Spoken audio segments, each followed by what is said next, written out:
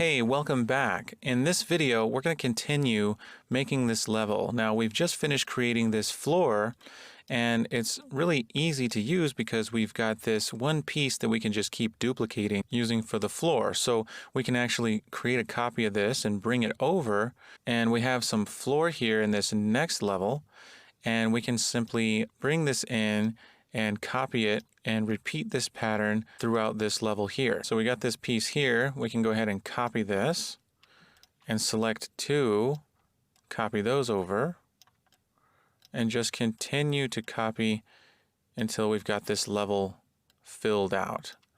Now we can take this row here and copy it down, but we need to make sure that it's offset correctly. So if you look closely, you'll see that it's aligned with this next row, which means we're going to want to offset it by the space of half a brick, like that. Okay, so that looks good. Now we need a row here, so I can go ahead and bring down a copy and simply offset this by the space of a half a brick.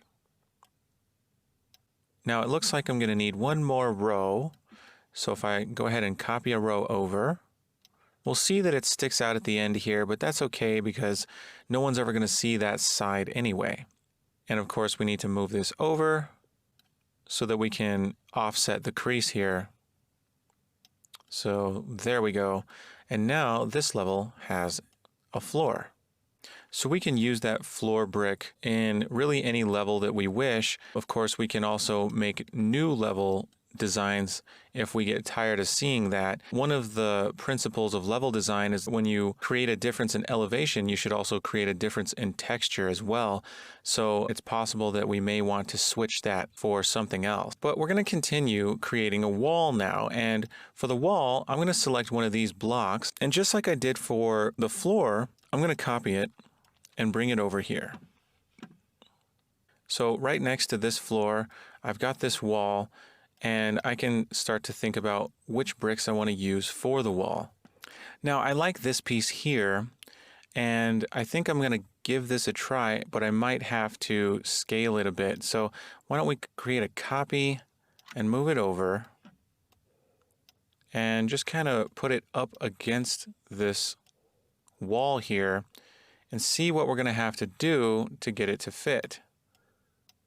So I'm going to have this sticking out just a bit, but I'm going to turn off snapping for moving objects around and just kind of have it sticking out just barely, an inch or two, and turn snapping back on. Now I'm going to see how many squares it takes up. Looks like it's 2 big squares across, but it's like 2.5 tall. So it'd be better if this could fill out an even number of squares. So I think I'm going to go ahead and bring it over and scale it up a bit. And I might need to turn off snapping for scale mode just to get it to conform to the shape I want it. So I turned snapping for dragging objects around to 50, brought it to the middle here, and now I'm going to scale it so that it will fit.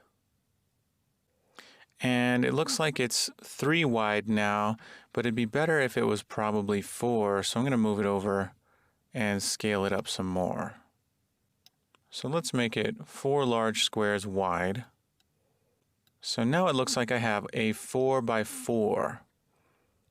So that's probably going to work pretty nicely. Now I'm going to go ahead and turn snapping back on, and for dragging objects around, I'll put it back to 100 and copy one over and see how that looks. And that's looking pretty good. And my block here is, it looks like 10 high, and these are 4 by 4, but I don't see a really big deal if I go ahead and scale it into 4 of these blocks. And I can go ahead and group these together, and I suddenly have this nice wall here that's made up of really big bricks.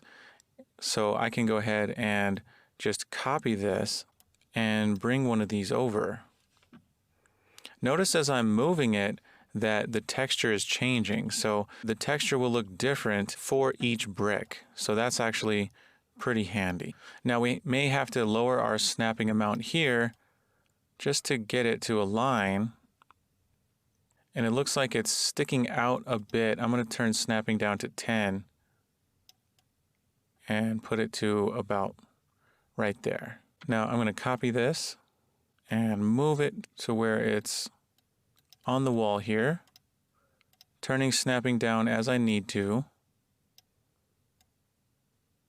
Now I can see the super grid material here, and I want to see what it looks like without that. So here in the World Outliner with super in the search bar, I'm going to turn off that prototype, and that shows me that I'm going to need to adjust these here. So seeing this crack with the light through here, there's a couple of ways to fix that. So one is having a piece of geometry behind it that's designed specifically to black it out. But what we can do is simply take a copy of this wall and place another wall behind it and offset it. And that way what we see when we look through is more brick. So I can go ahead and place a copy of this wall and offset it this way, and then place another copy on the other side, like that. Now again, this is maybe not as efficient because we're wasting polygons, but that's okay because we're not using that many extra geometries for this small level. And we can ungroup these copies and delete the extras that we don't need, like these middle ones here. Okay, I'm going to show the prototype again, and I'm going to make a copy of this with snapping back to 100. And rotate it by 180 and bring it back like so, and then lower the snapping so I can bring it into the wall. Okay, so these are looking good. I'm going to copy all three of them, including these extras on the back here, like this, and I'm going to scale this up by making some copies. Now that's difficult with a snap value of 10, so I'm going to bring it back up to 100 and scale it up again. Okay, so we can also put some walls on either side here, and then we can think about what to do for the corners, whether we're going to use pillars or what. So I'm going to take this back wall here, and I'm going to copy it and move it over. And it looks like it's sticking out of the wall a bit, so let's move snapping down to 10 and bring it a little closer in. That looks good. And another thing I can do is simply ungroup these and then select this column of blocks here and copy it over like that. Now again, we have some holes in the cracks here, and if we turn off the visibility for the shooter prototype, we'll see that we have some stuff in the back. So we're going to go ahead and just select all of these and make a copy and bring them back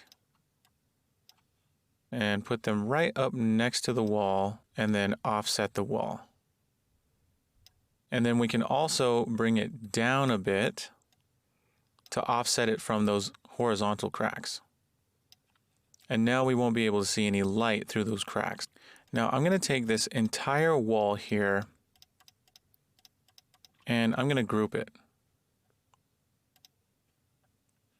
Now I'm going to turn on the prototype so I can see what I'm doing. And with snapping back to 100, I'm going to copy it over to this side. And I'm also going to go to the back here, turn off the prototype, and take this extra copy of the wall here. I'm going to group this as well, and I'm going to copy it over. And just make sure that it's offset. Okay, let's turn that prototype back on. And now we have some walls here. Now, since I need bricks down here, I'm going to go ahead and copy this brick over like that. And now we have some walls that we can copy all throughout this level. So in the next video, we're going to use this floor and this wall to cover as much area on this level as we can before we create some more assets, such as the stairs and the different levels. I'll see you in the next video.